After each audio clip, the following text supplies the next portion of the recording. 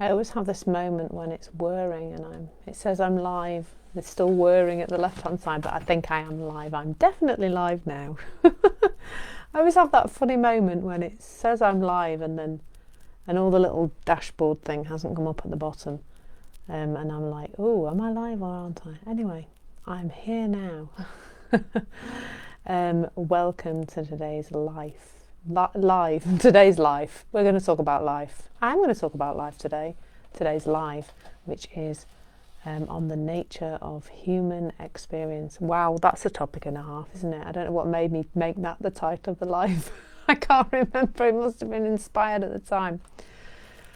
So, human experience is really interesting at the moment, isn't it? It feels, I guess, for a lot of people like we're on some kind of mental fairground ride, going up and down and up and down as life changes on a moment by moment basis, and whatever level of shenanigans you're at the moment, life looks a bit crackers, doesn't it? And I've been in conversations with lots of people since the end of March, when of course the world changed quite a lot, and a lot of the language about how human experience is happening at the moment is around this idea that the outside world is making people feel a particular way. And I get that it looks like that. I get that that looks super duper real right now. It looks really, really real that the outside world is creating our experience. That's the fact of a little virus, a little mischief, isn't it? is going around creating people's feelings. That is a circumstance. It's definitely. I'm not one of these people who denies that it exists. There's that circumstance. And there's then the circumstance of the things that are being done by the powers that be to whether you keep us safe or control us, whatever your opinion is, doesn't really matter. There's just some rules that we're supposed to follow, and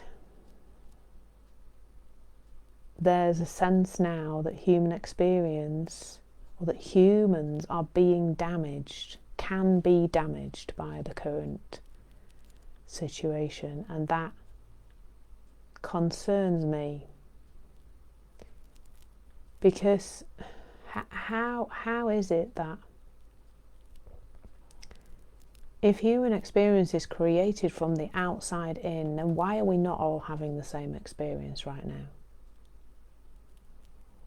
If the fact of this virus and the subsequent, things that are rules and regulations around us is able to create experience, why is everybody not having the same experience?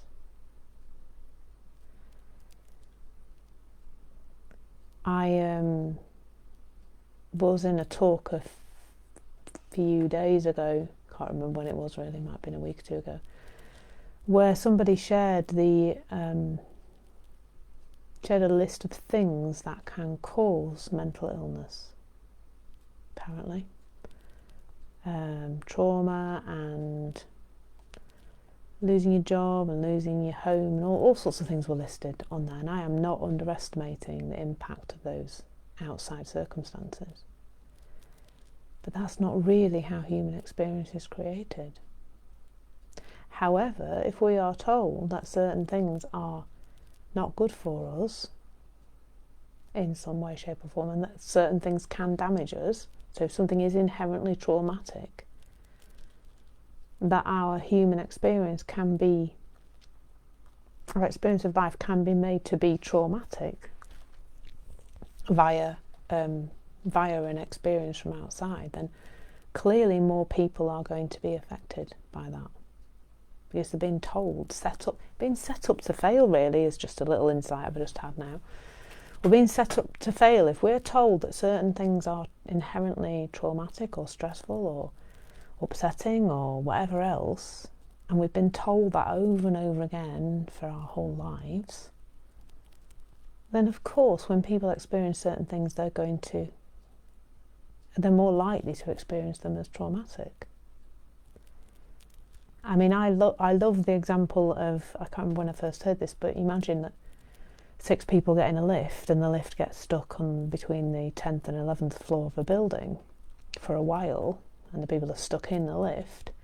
Then 3 people will get out, possibly, then just making up the proportions, but people, some people will get out of that lift really, really struggling and not want to go in the lift again and not feel good about being in the lift again. And the other people will be dining out on it and down the pub telling their mates about it and laughing about it because they'll just find it funny.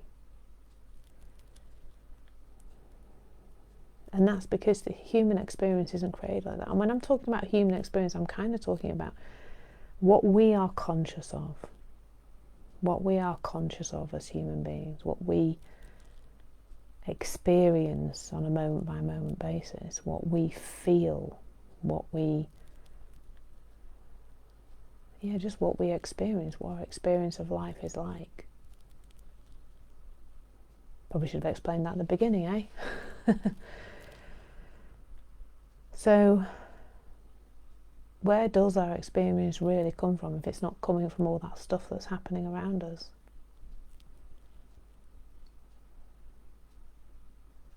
It comes from our thoughts. That's the only place really that human experience comes from. 100% of the time.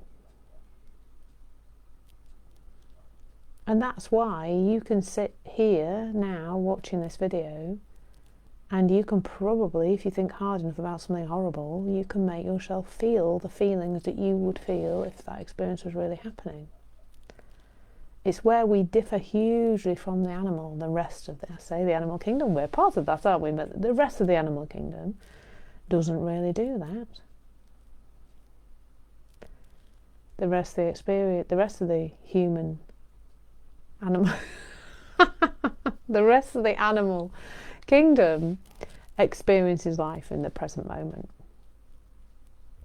So when they're frightened, there's something really to be frightened about. When they're chilled, they're just chilled. Well, they're chilled most of the time, to be fair, and peaceful, because they're living in the present moment, and most of the time they're just eating grass or doing whatever they do. Not all animals eat grass, clearly, but I've got a zebra in my head, that's why I said eating grass. Excuse me. So, humans have this capacity to think. And it's a most wonderful, wonderful thing. Everything around you now that's in your field of vision, that you're experiencing through your thinking, ka-ching, has all come from thought. This glass, it's got kombucha in it, that's why it's a funny colour. And this glass came from somebody's thought. It came from Marston's. I keep sharing this glass and telling everybody that my fiance stole it from a pub, I'm fairly sure, but it says Marston's on it. And, Marston's recipe for beer will have been created in somebody's thinking to start with. Can't resist having a little drink there. So no matter what it is, whether it's a thing or a circumstance or a person or the coronavirus or the coronavirus 1, 2, 3 levels of regulations, all of that is experienced through our thinking. But my God, doesn't it look real? Doesn't it look real that that life is happening to us? I get caught up all the time. With my thinking, to put it simply. I get caught up in worry. I've had something happen today that's made me, a little bit concerned about something. Probably less so than I would have been, and I get caught up all the time. it's just normal to do that. That's humaning. That's the human experience. That's what we do. We get caught up in thinking all the time. And you know what? That's okay. That's okay, because you'll get caught up and then you'll remember again. And you'll keep remembering. You'll always remember.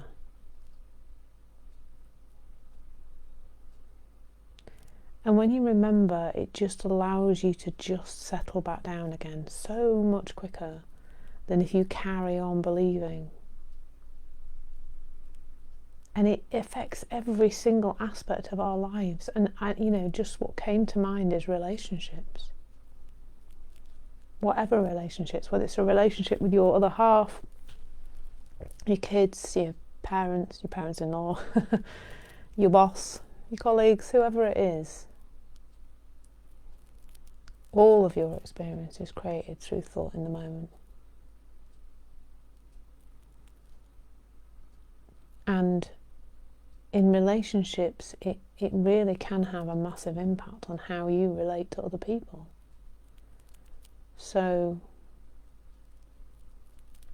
if you think that a person outside of you is creating your experience of them, then you might spend a lot of time trying to change that other person, trying to make them fit how you want them to be so that you can be okay. And that's a trap, isn't it? It's a trap that I've been caught in. I was married, not anymore. And I spent a long, long time trying to change the person I was married to. And to the point of exhaustion, quite literally to the point of exhausting, having burning out my adrenal gland from trying to change a person.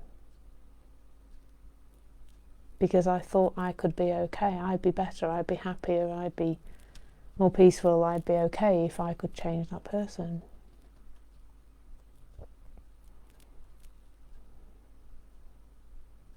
But of course the thing that's changed more recently is my thinking about that person, my ex-husband. That doesn't mean I want to be his best buddy, but it just means I have a little bit more of an understanding that he's coming from his thinking and I'm coming from mine. And when you kind of realise that we're all creating that individual experience of life, each person is doing that on their own little track, then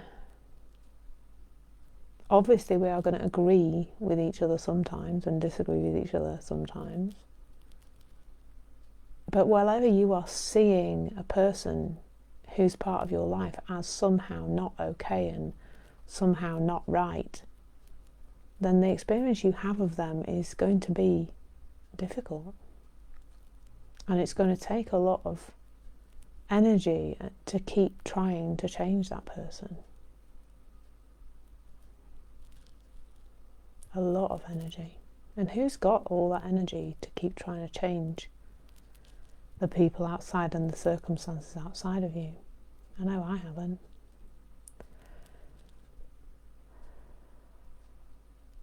And it doesn't mean we won't sometimes try to do it, because it's what we're used to doing, isn't it?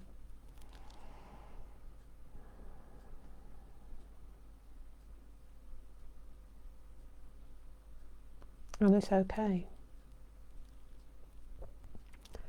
And it's okay to feel things about other people's behaviour and other people's way of doing things. But I think where there's more peace is just that if you have that realisation that you're making it all up. In any moment you are making it all up. That person is not making you feel anything.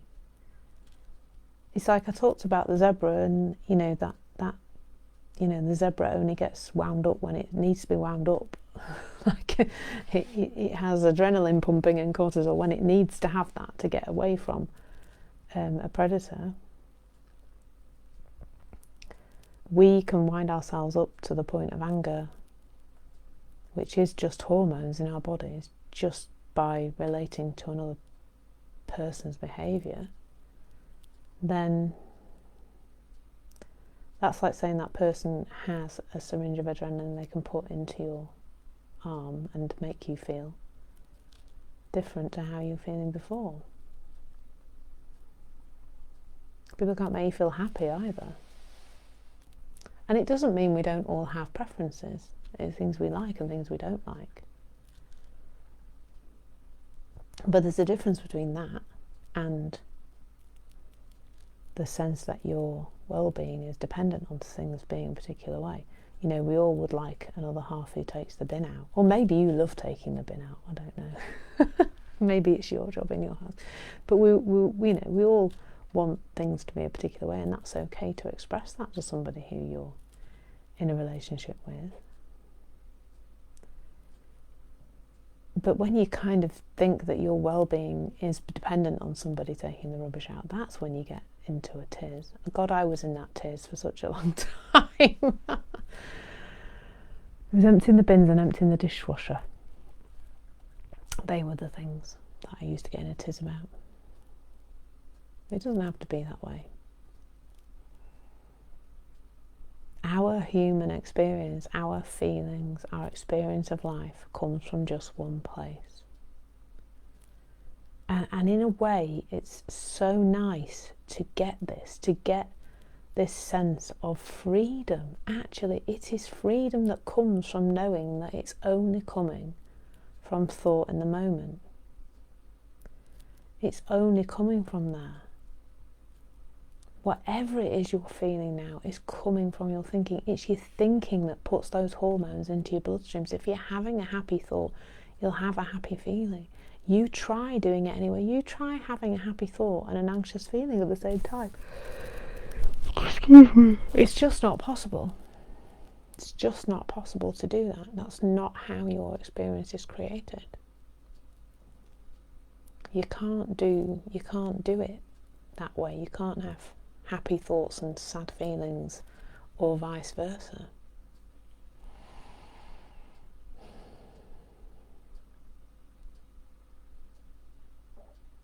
And you know, I think I know a lot of people who get this on an intellectual level. Oh yeah, my thoughts create my feelings, and then they go on with life and still end up in a tiz about things, which is human, of course. But I think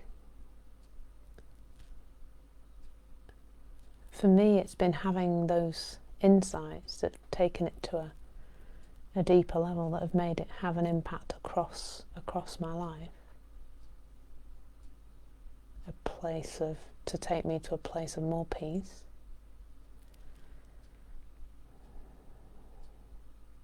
I think in terms of, you know, the nature of human experience, what a big, massive, silly title that was for this live, but in terms of that, we've made it too complicated. And I totally get that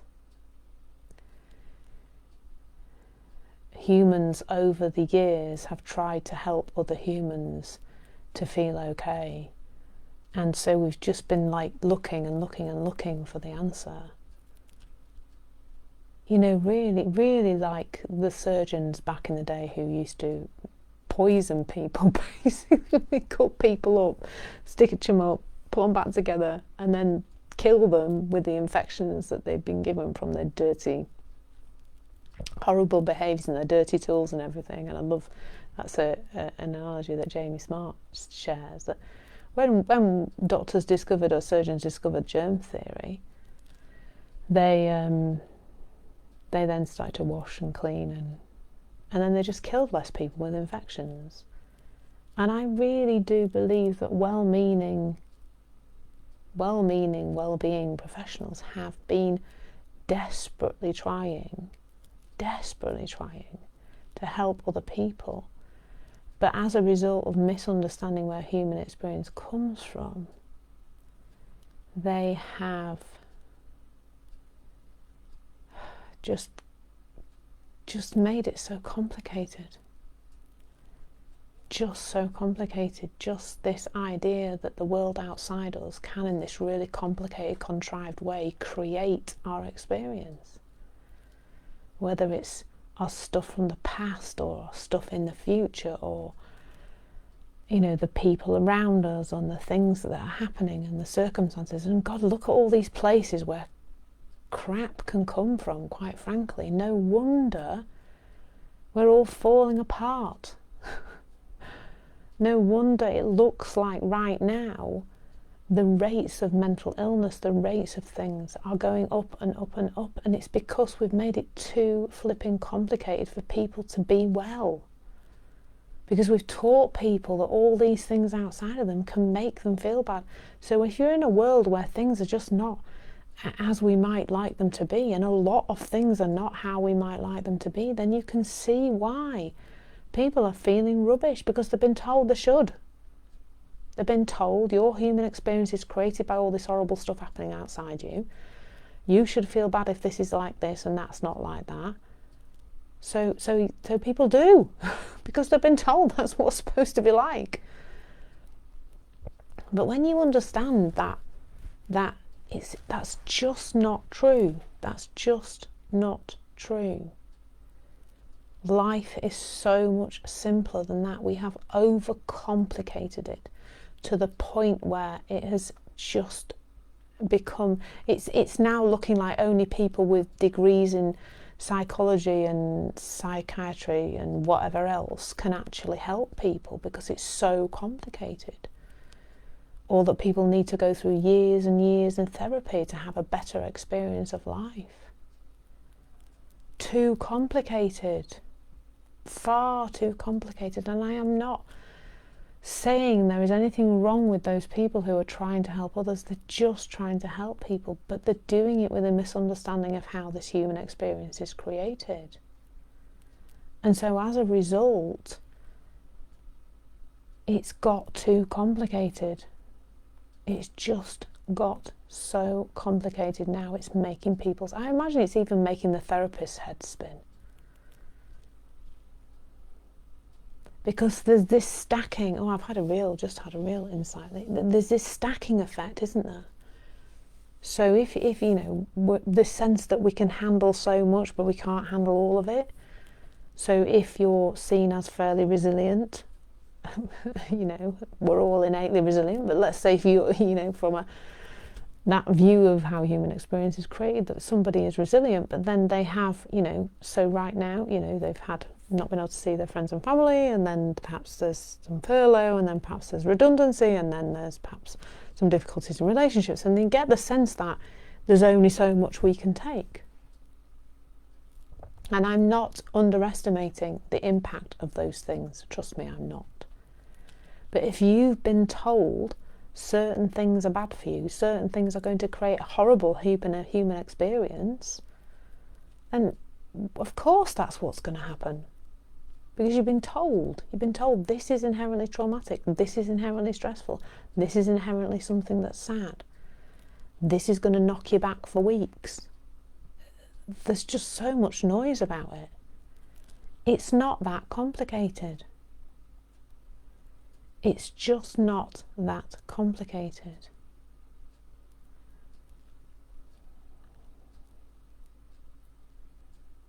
It isn't.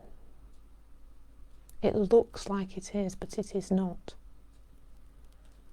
And it only looks like it is because that's what we've been told for so long. Our human experience is not created in such a complicated way.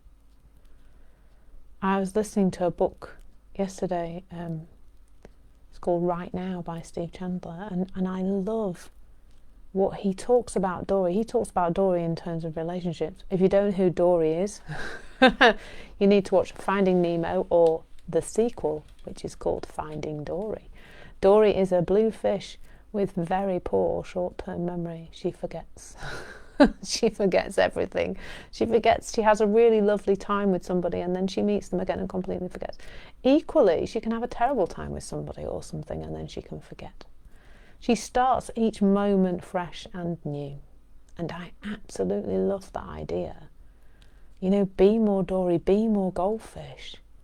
Turn up to each moment fresh on you, without your baggage, without this sense that you can be damaged by things, without this sense that things have damaged you. If you turn up at each moment fresh and new, you'll have so much more of a clean experience. And by clean, I just mean without all that stuff from the past, without too much from the future, without any of the future really, because that's massively made up, isn't it? So I feel like I've probably just chatted enough now. I think the message today, in terms of the human experience with my massive title, is that it's too complicated now, and it doesn't have to be that complicated. Your well-being, your experience of well-being is one thought away. There is always another thought. And that's why you go up and down. It's not because stuff's happening outside, it's because your thinking changes. And you'll even notice that there are some experiences that sometimes you will experience them in one way and other times you'll experience them in another way. Even just take a piece of music. You know, sometimes a piece of music can make you feel really emotional and sad, and other times it doesn't have that same effect, or it has the opposite effect. And that's because you're thinking about it differently. It's so simple. It's simple, but it's perhaps not easy. I'm going to pop something in the comments in this video for those that are watching it live or watching it later, for you to have a look at. I think the deeper and the more grounded you get into this understanding, the easier things get. You don't have to spend years in therapy to be okay. You have not been damaged by your past. Your human experience is being created in a much more simple way than that.